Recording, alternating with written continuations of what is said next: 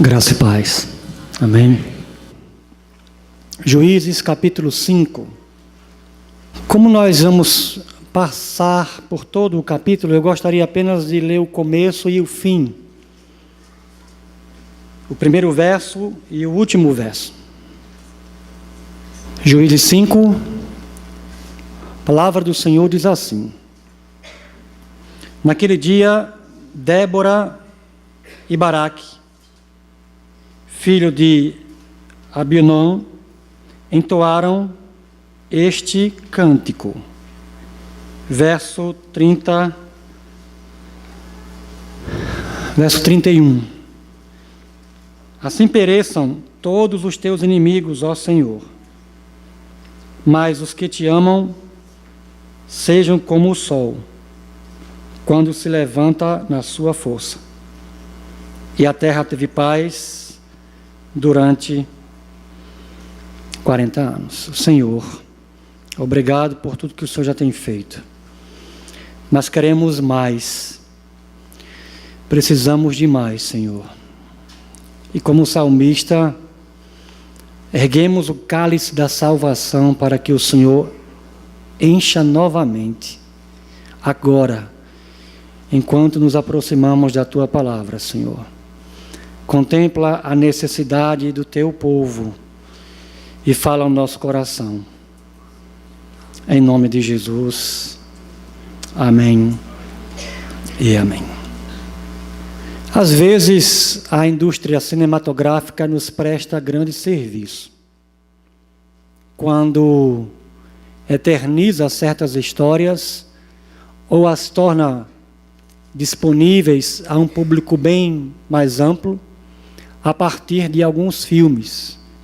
Porque, de fato, irmãos, existem histórias das quais não podemos nos esquecer, sob risco de grande prejuízo para a humanidade. Às vezes, Hollywood colabora. Às vezes não. Às vezes os filmes são trágicos.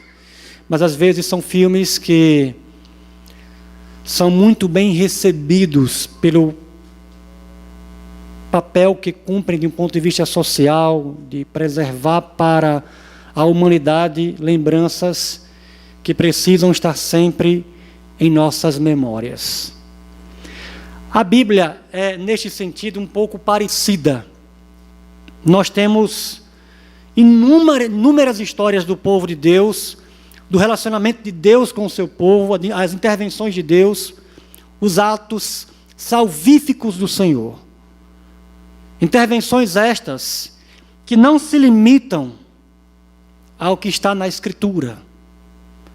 Neste sentido, a Escritura ela não é exaustiva, claro, ela não apresenta tudo que Deus fez. Aliás, a própria Escritura admite isso.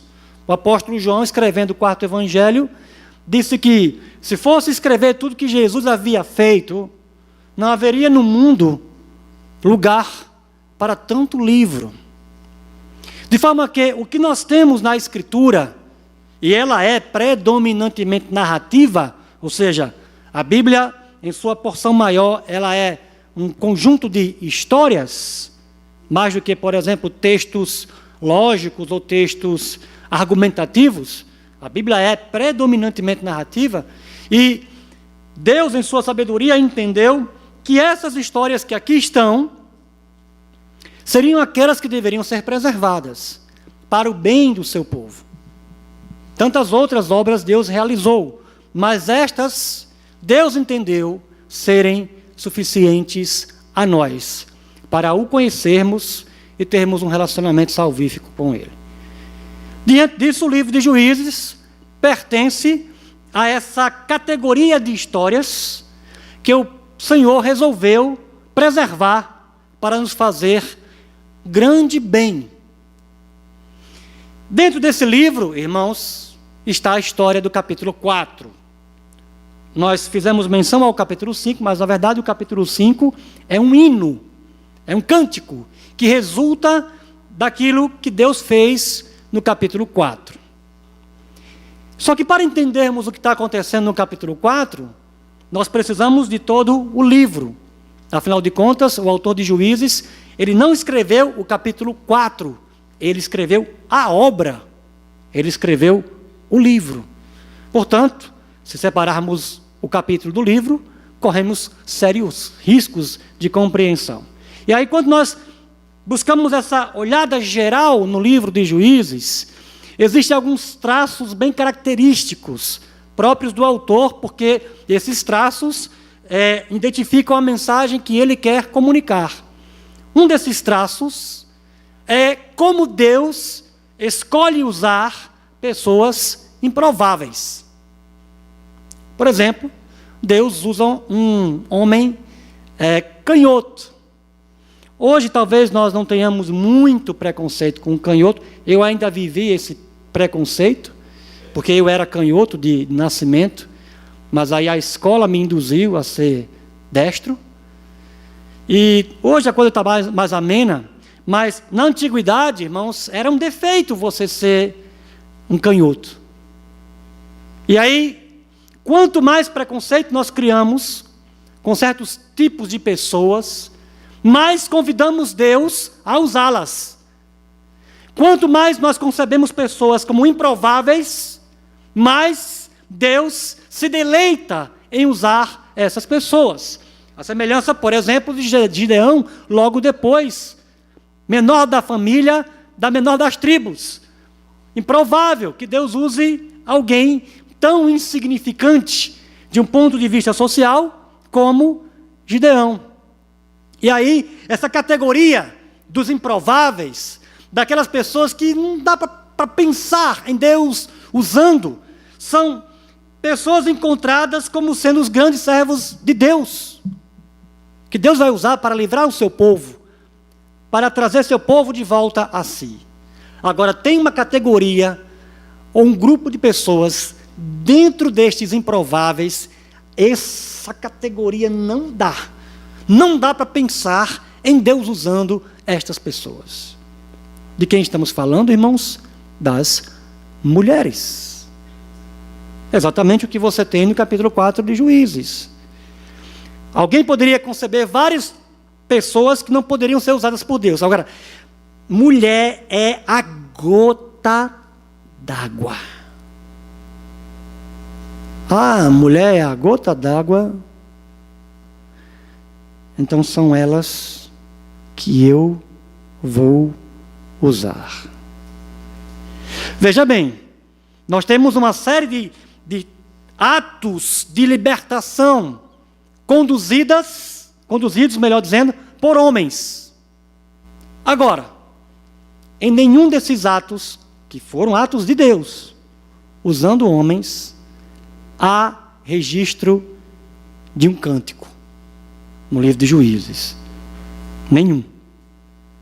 O único ato de Deus que tem um cântico é quando ele usa uma mulher. Sabe por quê esse cântico? Porque esse ato libertador é tão significativo que não dá simplesmente para narrar este ato libertador. Este ato libertador é tão singular que não dá para apenas ser registrado. Este ato tem que ser cantado.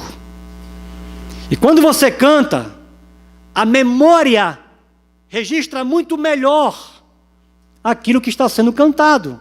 Um exemplo, o que nós acabamos de fazer em nosso louvor. Nós não estivemos aí com a letra da música, mas simplesmente o fato de ser algo cantado já nos ajuda a preservar na memória. Então, quando você pensa na mais improvável das pessoas, que é uma mulher, sendo instrumento de Deus, meu amigo, isso tem que ser registrado da melhor forma possível. E registrar isso da melhor forma possível é transformar este ato de Deus usando uma mulher num hino. É claro, irmãos, que a Bíblia, sob nenhuma hipótese, está recomendando esse preconceito, essa concepção que vê a mulher como inferior e que, portanto, não dá para imaginar Deus a usando. Em nenhum momento a Escritura confirma ou valoriza essa proposta. Isso é um absurdo. Até porque a mulher foi criada à imagem de Deus. E ela é capaz de ser instrumento de Deus tanto quanto o homem. Só que o nosso Deus usa essas ideias equivocadas, já que nós estamos sempre pensando em pessoas improváveis, com a seguinte proposta: quanto mais você pensar que uma pessoa é improvável, mais eu vou usá-la. Porque aí, irmãos, quanto menos improvável uma pessoa ser instrumento de Deus, maior a glória para Ele. Mais convencido ficamos de que tinha que ser uma obra de Deus. Nesta noite, nós queremos sentar diante da nossa irmã Débora e aprender o que ela tem a nos ensinar com este cântico. Afinal de contas, quando os irmãos leem o verso 1, minha versão está no plural, entoaram. Isso aqui, é claro, é um ajuste dos tradutores, mas o texto hebraico aqui é um singular feminino. Ou seja, é Débora quem está compondo. Baraque aqui está acompanhando. Possivelmente um acompanhamento musical, afinal de contas ele era um levita. Mas aqui nós nos deparamos sim com a nossa irmã Débora, nos ensinando como é que devemos celebrar as vitórias de Deus a favor do seu povo. Nós, irmãos, precisamos aprender a celebrar as vitórias de Deus. E como que nós vamos aprender isso? Bom, nada melhor do que um hino, do que um cântico, para nos ensinar a como celebrar as vitórias de Deus na vida do seu povo. Se os irmãos estiverem aí com o boletim nas mãos, penso eu, não peguei o boletim em mãos, mas foi programado desde o começo, os irmãos têm aí os pontos que nós queremos destacar a partir desta ideia. Precisamos aprender a celebrar as vitórias de Deus. Como então celebrar estas vitórias? A partir desta celebração que a nossa irmã Débora tão preciosamente nos ensina. Em primeiro lugar, nós aprendemos a celebrar as vitórias de Deus cantando sobre o Deus que vem em socorro do seu povo. Nós cantamos sobre o Deus que vem em socorro do seu povo, verso 1 até o verso 11, parte C. Nessa porção da passagem, eu gostaria de chamar a sua atenção para algumas partes aí a considerar. Primeiro, verso 3, onde Ruth diz que músicas precisam ser compostas.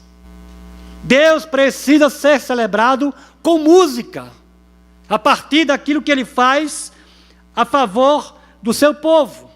Outro ponto a considerar no texto, verso 4, parte A, Deus vindo ao Monte Sinai. Quando os irmãos leem no verso 4 que Deus saiu de Seir, Seir era a região de Edom. E o que Débora tem em mente aqui é a ida de Deus para o Monte Sinai. Na verdade, de um ponto de vista geográfico, quando Deus saiu de Seir, Ele saiu em direção ao Monte Sinai. E ir para o Monte Sinai, irmãos, era ir para o monte onde a aliança haveria de ser formalmente estabelecida entre Deus e o seu povo. Portanto, o que Débora tem em mente aqui é a lembrança da aliança. Porque, na verdade, o que está sendo cantado aqui é a intervenção de Deus a favor do seu povo em conformidade com os compromissos que ele assumiu na aliança que ele estabeleceu com o seu povo. Em outras palavras, o que Débora celebra no verso 4, parte A, irmãos, é a fidelidade de Deus. Um Deus que não pode voltar atrás com os compromissos que ele assumiu no seu relacionamento pactual com o seu povo. Além disso, ainda o verso 4, parte B, até o verso 5, Débora descreve para nós os efeitos dessa vinda. Verso 5, os montes tremeram perante o Deus do Sinai. E aí veja de maneira explícita agora a menção ao Sinai. Ora, o que significa dizer que os montes tremeram? Para os antigos, o símbolo de maior firmeza eram os montes.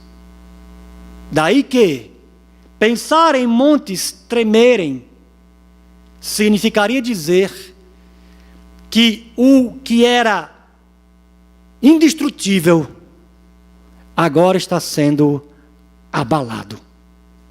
O pensamento dos antigos nesse sentido, irmãos, era que se a vinda de Deus abalava os montes, nada poderia resistir às intervenções de Deus.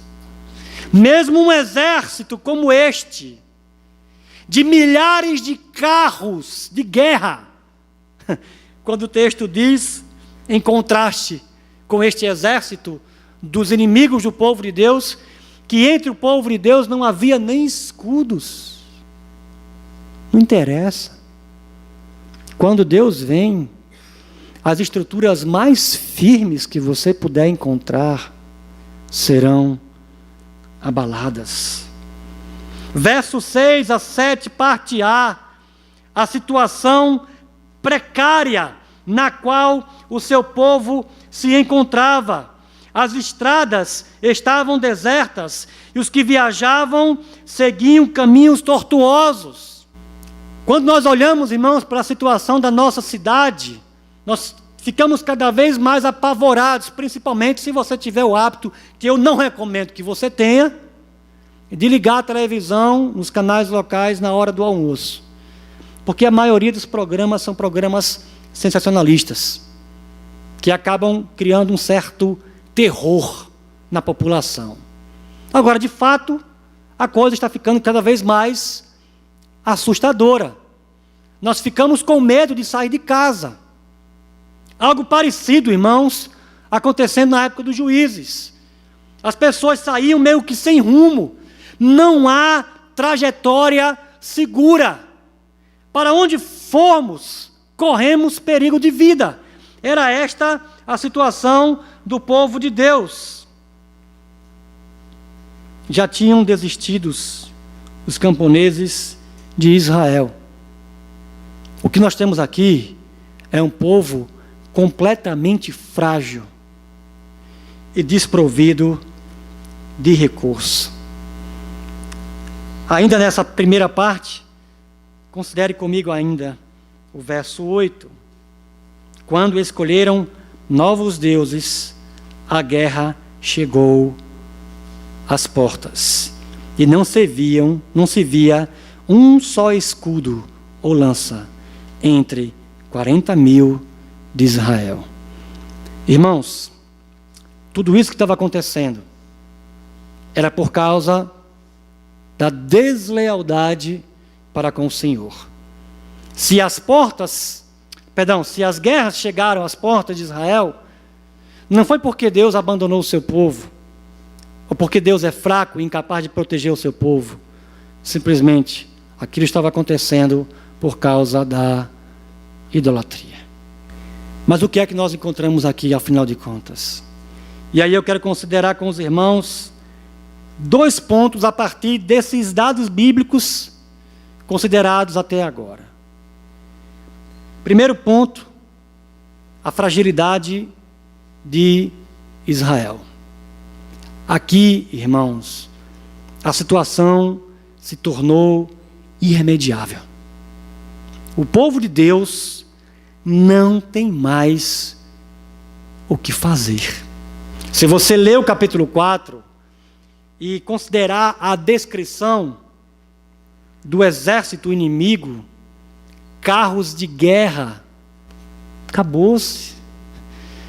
Se Israel não tem nenhum escudo, como o povo de Deus poderia fazer frente àquela opressão que já durava 20 anos? Simplesmente não temos mais o que fazer. A outra ideia a considerar é o socorro de Deus. Irmãos, não é fácil o que eu vou dizer agora, mas Deus tem uma predileção por nossas fraquezas. Deus é apaixonado por nossas fraquezas. Deus tem deleite em nossa falta de recurso, porque é aí que está armado o palco para a exibição de sua glória. Do Deus que vem em socorro do seu povo, quando estamos desprovidos, quando não temos mais o que fazer. E quando Ele vem, meu amigo, nem as estruturas mais firmes podem resistir às suas intervenções. Diante disso, algumas aplicações. Em primeiro lugar, segurança. O Deus que não nos deixa sós. O sentimento de solidão é verdade, irmãos. O sentimento, muitas vezes, é de desamparo. Mas, infelizmente, por vezes, é o único sentimento que bota a mim e a você de joelho. É quando nos sentimos sós, sem ninguém por nós, que nos dispomos a, como o povo de Deus fez, a clamar ao Deus que vem em socorro do seu povo oprimido.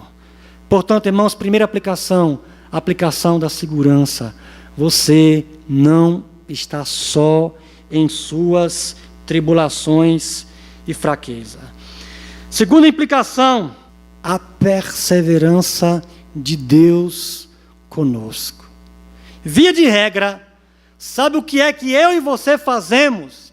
Damos motivos a Deus para que Ele desista, para que Ele mude de ideia a nosso respeito, para que Ele nos esqueça. Irmãos, damos trabalho demais para Deus. Quantas vezes não o desprezamos e o fazemos publicamente com o tipo de vida que nós temos, uma vida que não traz honra para Ele. Veja que essa é a situação de Israel, quando eles escolheram novos deuses. Aliás, a maneira como Débora compõe o seu cântico deixa claro que Débora quer fazer um contraste entre Yahvé, o Deus da aliança, e Baal, que é a principal divindade cananeia. Aliás, Baal tinha várias manifestações locais variadas, com nomes distintos, mas que se referiam basicamente à mesma divindade. Aliás, a especialidade de Baal era a tempestade, ou uma das especialidades dele era a tempestade. Não é sem razão que Débora faz menção ao fato de que Deus intervém com chuva. Aliás, é a chuva que faz os carros de guerra do exército, dos inimigos do povo de Deus, serem inutilizados. Deus está jogando com as armas que eram consideradas armas de Baal. Mas por que isso? Porque o próprio povo de Deus precisava ser lembrado que os ídolos são nada. Quando eu e você escolhemos os ídolos, trabalho pode ser um ídolo, prazer imediato pode ser um ídolo, até a família pode ser um ídolo. N possibilidades, irmãos. Seja qual for o meu ídolo, quando eu o escolho, eu convido a guerra bater a minha porta. Se essa guerra vai ser econômica, se essa guerra vai ser familiar, se essa guerra vai ser emocional, afinal de contas, há vários tipos de guerra nas quais podemos estar nos envolvendo. O fato é que, quando escolhemos os ídolos, damos a Deus razão suficiente para que Ele nos volte as costas. Mas aí, entre aspas, Deus tem um problema com Ele mesmo. Ele não pode negar a si mesmo. Ele não pode abrir mão dos compromissos eternos que Ele firmou. E Ele firmou um compromisso eterno comigo e com você. Quando Ele foi, não ao Monte Sinai, não ao Monte Tabor, que era onde Débora e Baraque estavam, mas quando Ele foi ao Gólgota, lá, uma aliança eterna em Cristo foi firmada com todos aqueles que recebem Jesus, que nele creem. Meu irmão, Deus não desistirá desta aliança nunca. É por esta razão que Ele vem em nosso socorro, apesar de mim e de você. Portanto, essa é a implicação do nosso texto. O Deus que vem em nosso socorro de maneira perseverante, Ele não vai desistir, porque não pode negar a si mesmo. Em segundo lugar, nós celebramos as vitórias de Deus, cantando sobre o Deus que usa o seu povo. Versos 11, parte D, até o verso 23. Aqui, de uma maneira própria da poesia hebraica, da estrutura da poesia hebraica, Débora vai fazendo um contraste, um zigue-zague, uma inda e uma vinda, uma inda e uma vinda. E aí, para fins apenas didáticos, nós vamos separar estas vindas e idas. Primeiro, Débora descreve as tribos que não foram à guerra. Afinal de contas, tratava-se de uma convocação. E o povo de Deus deveria estar envolvido com essa convocação. Vejam, Rúben, verso 15, D ao verso 16, não vai. Fica pensando, vamos, não vamos, vamos, não vamos. Mas quando vai tomar uma decisão, a guerra já acabou. E a grande preocupação da tribo dos Rubenitas eram os rebanhos. Se nós formos, como ficarão os nossos rebanhos? Gileade também está do outro lado do Jordão. Sabe o que isso significa? Do outro lado do Jordão, na Transjordânia, o conflito não é com a gente. Não vai nem chegar aqui, porque eles não vão atravessar o Jordão para virem nos atacar. Então, o problema é das outras tribos lá do outro lado do Jordão. Nós aqui, pensa Gileade, estamos seguros.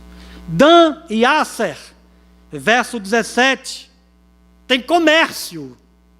Não dá para fechar as portas. Afinal de contas, Se você fecha as portas, o comércio não progride. Você tem que ampliar. Você tem que construir filiais. Aumentar o número dos seus consumidores ou dos seus clientes. De forma que Dan e Aser não podem se envolver. Meroz, verso 23. Provavelmente a mais próxima geograficamente, portanto, a que mais poderia prestar ajuda de um ponto de vista bélico, a mais necessária neste sentido, a mais disponível, mas se recusa. E isso tão seriamente, irmãos, que o próprio anjo do Senhor autoriza a maldição sobre aquela cidade. Em contraste, nós temos as tribos que foram à guerra. Efraim, verso 14, Benjamim, verso 14, Maquir, verso 14, Zebulon e Issacar. Tribos que aceitaram a convocação e que foram à guerra. Você já parou para pensar no que está envolvido em ir a uma guerra? Irmãos, ir à guerra é se colocar em risco. É uma guerra, meu amigo. Guerra, inevitavelmente, tem morte. É ir sabendo que pode não voltar. Mas se tratava da guerra do Senhor. Se tratava do avanço do reino de Deus. Se tratava da glória de Deus. Se diz respeito ao povo do Senhor, e a glória de Deus está implicada no seu povo, de forma que o que acontece com o povo de Deus repercute na glória de Deus, ou para bem ou para mal. Esse negócio não é só das outras tribos, esse negócio também é do nosso Deus. Portanto, nós vamos nos envolver. O que nós temos então, irmãos? Nós temos um contraste nessa porção do texto. Algumas tribos não se envolvem, outras tribos se envolvem. Aqui nós aprendemos que Deus vai à guerra, que Deus vai em socorro do seu povo, mas que para isso Ele usa pessoas. Ele usa a mim e a você. A pergunta é: estaremos disponíveis? E aí algumas implicações que eu gostaria de considerar. Primeira implicação: louvor para aqueles que se arriscaram. Vejam, as tribos que foram estão aqui perpetuamente registradas como as tribos que se envolveram com a batalha do Senhor. Irmãos, Paulo nos ensina em 1 Coríntios, capítulo 3 e capítulo 4, que um dia estaremos diante do Senhor para que cada um receba o seu louvor de Deus. As tribos que foram tiveram os seus nomes registrados e hoje as aplaudimos como tribos corajosas que amaram a Deus e amaram o seu povo. Naquele grande dia, receberemos de Deus o nosso louvor, ou não. Poderemos receber de Deus, irmãos, as repreensões. A pergunta é: o que é que nós vamos ouvir? Você tem coragem de se arriscar? Como, por exemplo, o missionário Levi e a missionária Bruna, que estão se preparando para ir para a África? Ou os irmãos nunca pensaram o risco que Levi e Bruna vão correr? A coragem que Levi está tendo de colocar em risco a própria esposa. Afinal de contas, como os irmãos devem conceber, há diferenças econômicas e sociais gritantes entre o que nós vivemos aqui e o que será vivido lá. Portanto, irmãos, isso envolve risco. Levi devia ser objeto da nossa inveja. Nós é que deveríamos querer ir e se colocar em risco para o progresso do reino de Deus. Segunda implicação, desafio para os que estão aqui. Irmãos, o convite àquelas tribos não é diferente do convite que Deus nos faz hoje. Porque, como as outras precisavam de socorro, porque estavam sendo oprimidas, há irmãos nossos precisando do nosso socorro. É trágico aquilo que Paulo diz no final do seu testamento. A última carta que Paulo escreve, 2 Timóteo, capítulo 4. Todos me abandonaram, só Lucas ficou comigo. Meus irmãos, é trágico que ainda no meio do povo de Deus, aquilo que Paulo diz há quase 12.000 anos atrás, ainda faça eco no nosso meio, de haver irmãos que simplesmente são abandonados em suas lutas e em suas dificuldades. Afinal de contas, vamos ser honestos, que tipo de pessoas escolhemos para estar próximas de nós? As pessoas bem ajuizadas, bem ajustadas, equilibradas, as que não vão dar trabalho. Afinal de contas, nós não queremos trabalho. É trágico, irmãos, que nós ainda empreguemos esse tipo de critério. Não quero ficar em risco. Não quero me comprometer. Não quero ter trabalho.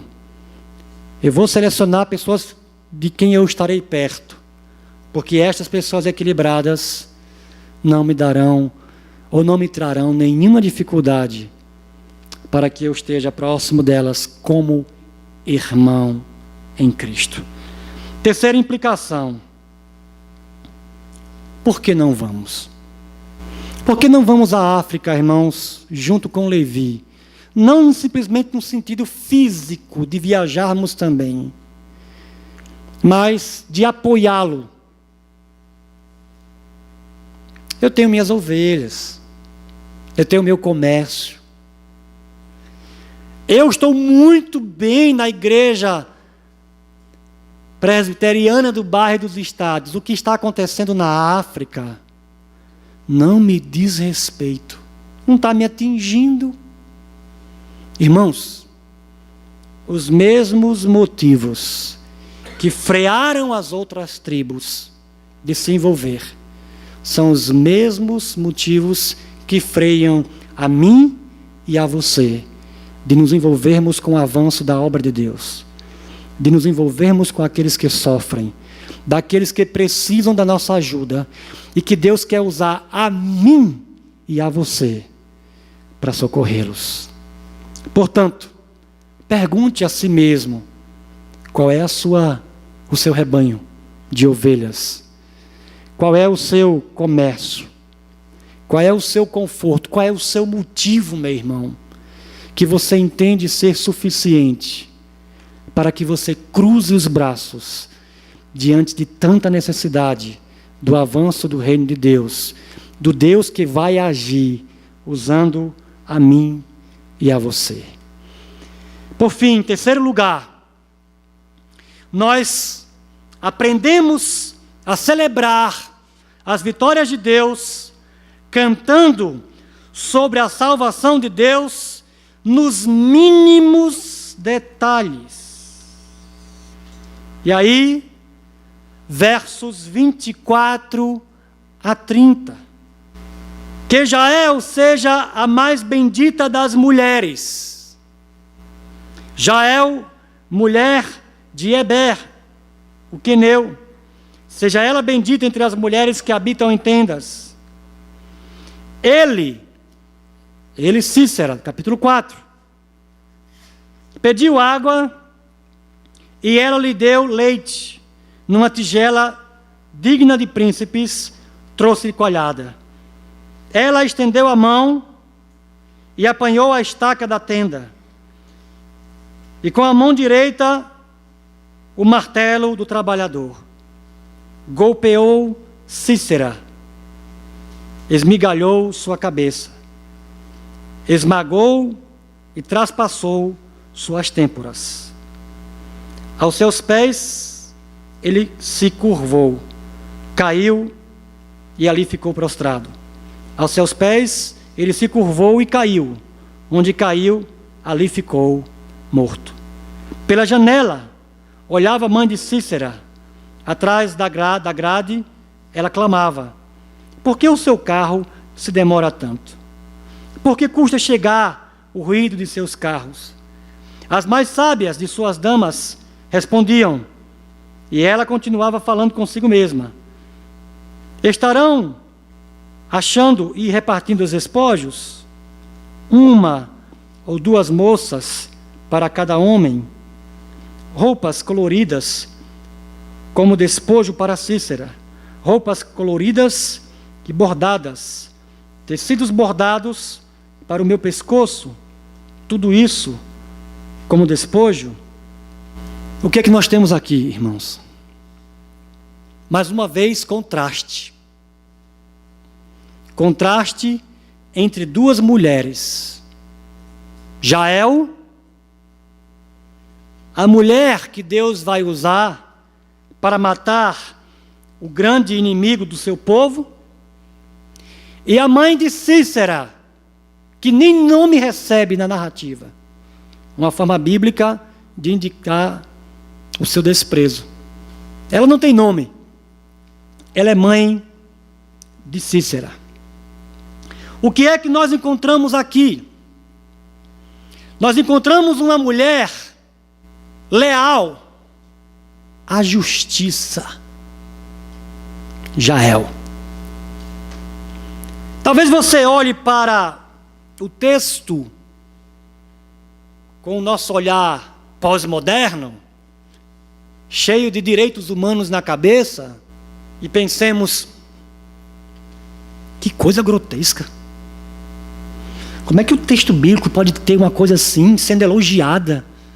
Porque Cícera está lá cansado da batalha, Jael o atrai para a sua tenda, fingindo ser leal a ele. De fato, o marido era, havia uma aliança entre eles, mas não entre ela e ele, entre Jael e Cícera. Não, venha para cá, eu vou lhe proteger, eu vou lhe esconder. De fato, ela faz isso. E quando ele, cansado demais da batalha, pega no sono, ela vai lá. Isso era tipo da mulher antiga, armava as tendas, então eram mulheres preparadas naquilo dali. Ela prepara a estaca, irmãos, e só dá uma. Dá para imaginar a cabeça dele pregada no chão. Aí você pensa assim: que coisa mais grotesca, que coisa mais desumana. Como é que tem isso na Bíblia, hein? Preste atenção ao texto. Quando a mãe de Cícera está elogiando seu filho, uma das coisas que ela elogia no filho é que o filho era um estuprador. Afinal de contas, num contexto de guerra, as mulheres eram separadas entre os homens. Se tinha muita mulher, dá até para ficar com duas, para você estuprar. Você está achando esse texto muito forte, meu irmão? Você por acaso já estudou a fisiologia da mulher num estupro? Eu não estou falando de mulher virgem não, viu? De moça não, estou falando de mulher. Você sabe como é que é a fisiologia de um estupro? É só você pensar numa relação sexual normal. Relação sexual normal, existem as preliminares, as carícias, Ali, o cérebro já está dando comando à área genital para que a área genital se prepare. Lubrificação, tudo prontinho para a coisa acontecer. Com alegria, com prazer, com amor. Num estupro, irmãos, não há nenhum preparo da região genital. A mulher, ela é literalmente furada. Agora pense neste homem, fazendo isso repetidas vezes, e mais uma, e mais uma, e mais uma. Ainda está chocado, meu irmão? Então pense que essa moça é sua filha. Qual seria a sua reação? Indignação? Me dê só 5 minutos com este homem num quarto trancado que eu resolvo o problema. Se você se sente assim, sendo um pecador, imagine o Deus de toda a glória, que não pode suportar o mal.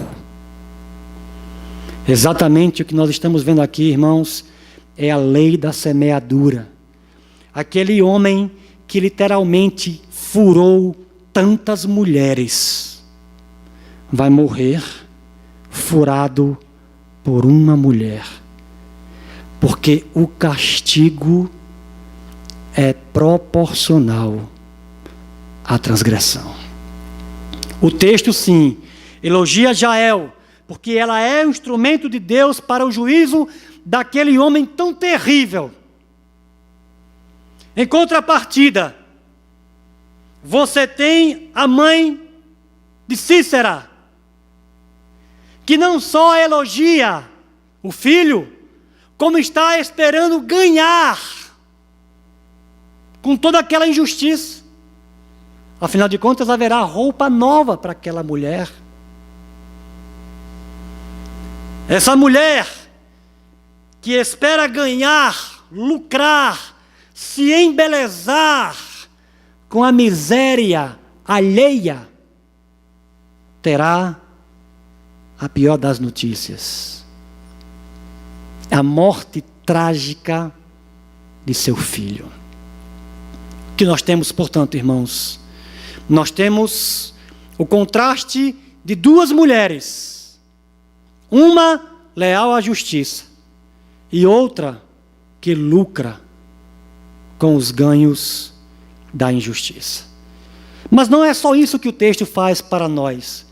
O texto também, irmãos, pinta a salvação de Deus nos mínimos detalhes. Ela foi lá, pegou o leite, deu a coalhada, pegou o martelo, pegou a estaca, se aproximou, deu a primeira, deu a segunda, ele caiu morto, ficou onde estava.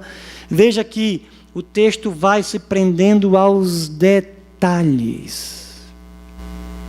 Como é que nós celebramos as vitórias de Deus, irmãos?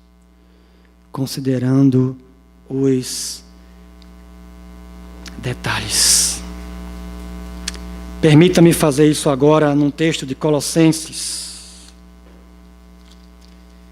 Colossenses capítulo 2, verso 13. Quando vocês estavam mortos em pecados e na incircuncisão de sua carne, Deus os vivificou com Cristo. Ele nos perdoou todas as transgressões e cancelou o escrito de dívida que consistia em ordenanças e que nos era contrário. Ele removeu, pregando na cruz, e tendo despojado os poderes e as autoridades, fez deles um espetáculo público, triunfando sobre eles na cruz. O que é que nós temos aqui, irmãos? Nós temos a salvação de Deus celebrada por Paulo nos mínimos detalhes. Eu preciso conhecer a salvação nos mínimos detalhes. Leia a sua Bíblia, meu irmão. Porque você tem que conhecer a salvação nos mínimos detalhes. O que é ser regenerado? O que é ser justificado? O que é ser glorificado? O que é ser reconciliado? O que é ser feito herdeiro? O que é ser recebido na família de Deus em termos de adoção? Conheça a salvação, meu irmão, nos mínimos detalhes. Porque esses detalhes vão empolgar o nosso coração para que celebremos ao Deus que vem nos dar vitória. Algumas implicações desse ponto: não apoie a injustiça. Não seja uma mãe de Cícera, celebrando a injustiça e lucrando com ela. Muito pelo contrário, seja uma Jael, uma serva de Deus ou um servo de Deus que Deus usa para levar adiante a justiça do reino.